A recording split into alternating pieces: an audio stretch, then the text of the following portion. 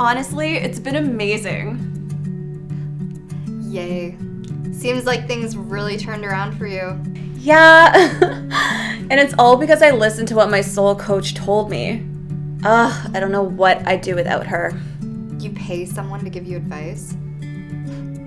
I should be a soul coach. Seems easy enough. Chat to people and get paid. I don't think you should. She has a really reputable business. She's on TV, lives in the Dominican Republic, and is even on the radio. Someone who has a lot of good advice for me and my new business.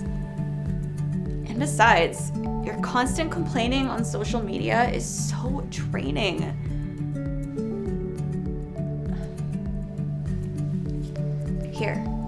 Here's her number in case you want to change that. I've got to get to my meeting. Cerise got me in with the big dogs. Hi, is this Cerise? I was wondering if I could book a session.